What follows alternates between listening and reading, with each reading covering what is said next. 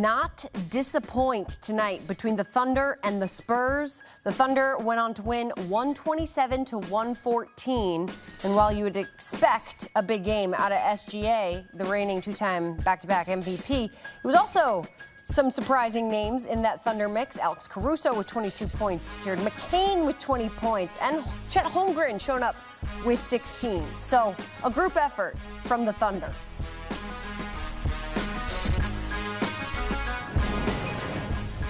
Time to welcome in CBS Sports NBA analysts John Gonzalez and Noah Bono. And no AJ Mitchell, no Jalen Williams for the Thunder, but no problem in Game 5. Who went on to win that game, the Thunder? What was the biggest difference in the way that you think they played tonight? John, I'll start with you. Yeah, SGA got to the line. I mean, he wasn't super efficient. He had some turnovers, but it was a better performance for him in just being aggressive and knowing that if he can get a foul call and if he can get to the line, he's automatic when he gets there. Shot 17 free throws tonight, made 16, ends up with 32 points. I thought that was big. And then Mark Daigneault also juggling his lineup a little bit because in Game 3, his bench was huge. And then in Game 4, it wasn't. And so he decided, okay, no AJ Mitchell, no Jalen Williams. Starts Jared McCain tonight, which I thought was really interesting and gutsy because this is a guy who has not started many games in his entire career, only came to the Thunder at the trade deadline, had a good Game 3 off the bench, but off the bench is different than being inserted into a starting lineup. So Cason Wallace goes back to the bench, and in the first half, it looked like it was a mistake. Jared McCain only had 2 points at the half, and then he goes nuts in the second half, ends up with 20 points. So that was a huge boost because they needed some offense. Hartenstein was excellent tonight.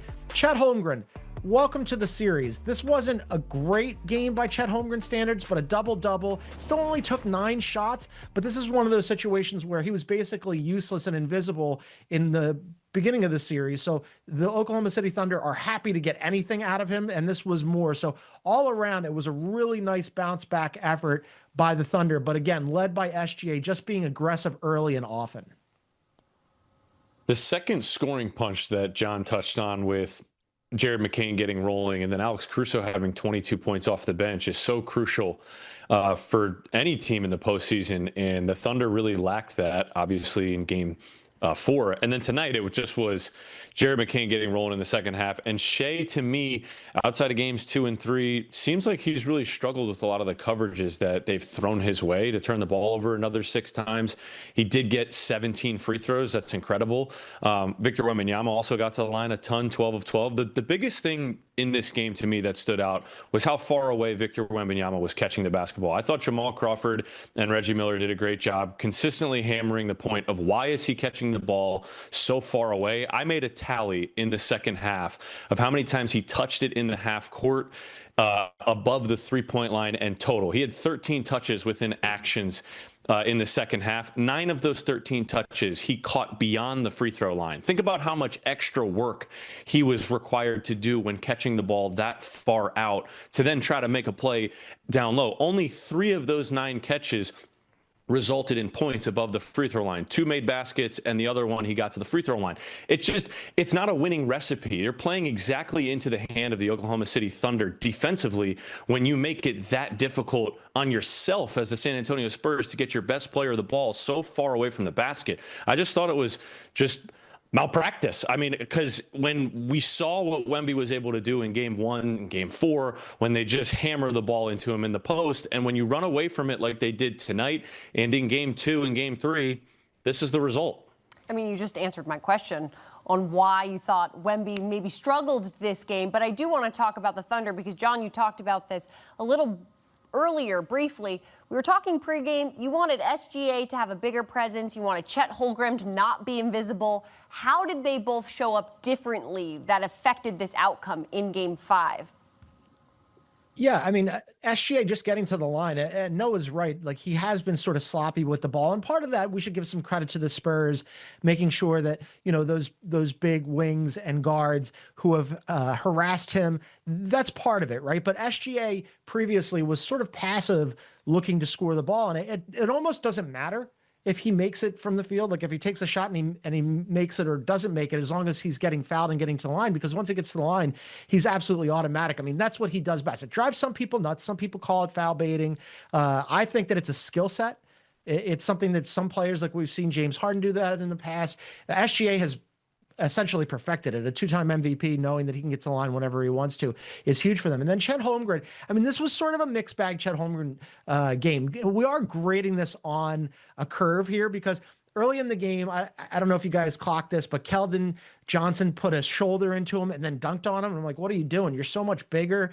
Chet Holmgren, you were the runner-up defensive player of the year, and you're letting Keldon Johnson, who's like a half foot shorter than you, just body you. And then Wemby blocked him as well. But he also had a dunk on Wemby, and I thought, okay, well, that's good. He's being aggressive, but still only 9 shots for him tonight. I mean, once again, Jared McCain took significantly more shots. They're getting away with it here. They're up in the series, but I still want to see more from Chet Holmgren. But on the other side, for sure, what Noah was saying about Wemby makes no sense. We saw it in game 3 and then in game 5, where he's catching the ball so far out. And in game 4, he wasn't doing that, right? They got aggressive with him going into the paint. That's what I want to see from Chet Holmgren.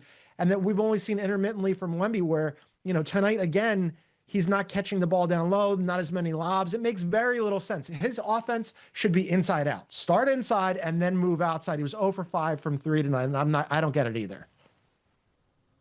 It's interesting, too, because when you think about what Jared McCain did in the second half, that's when Chet Holmgren sort of started to drop off and we saw less production from him. He was big in the first quarter, a little bit in the second quarter. Jared McCain was not. So it's almost like this flip-flop. They oscillate between the two of who's going to be that second scoring punch. Meanwhile, Alex Caruso still flirting with being, this lethal role player.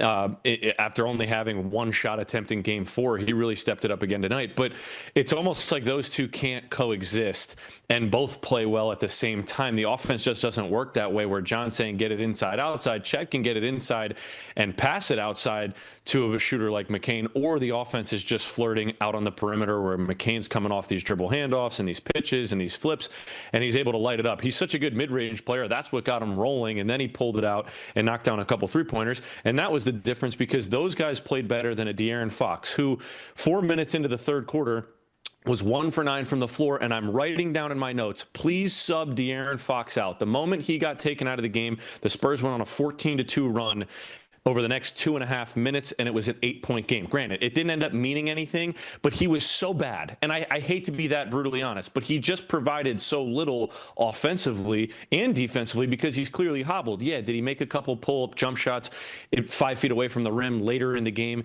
That some of them could have been big shots if the Spurs could have gotten over the hump, but ultimately, I thought he was more of a deterrent in this game to the Spurs offense and what they were trying to do. It put more of a load on Stephon Castle. He's clearly hurt, so it's hard to say, oh, he's bad just because he's bad. No, he's clearly dealing with something. And I think when you look at a guy like McCain and then a guy like De'Aaron Fox, and you're seeing the impact that the two of them are having, such a drop-off on the Spurs side versus what the Thunder were able to get from McCain in the second half. So, Noah, you kind of mentioned Caruso, 22 points off the bench. 4 of the 5 starters on the Thunder had 12 or more points. Was this more of what the Thunder was doing right or what the Spurs were not doing correct?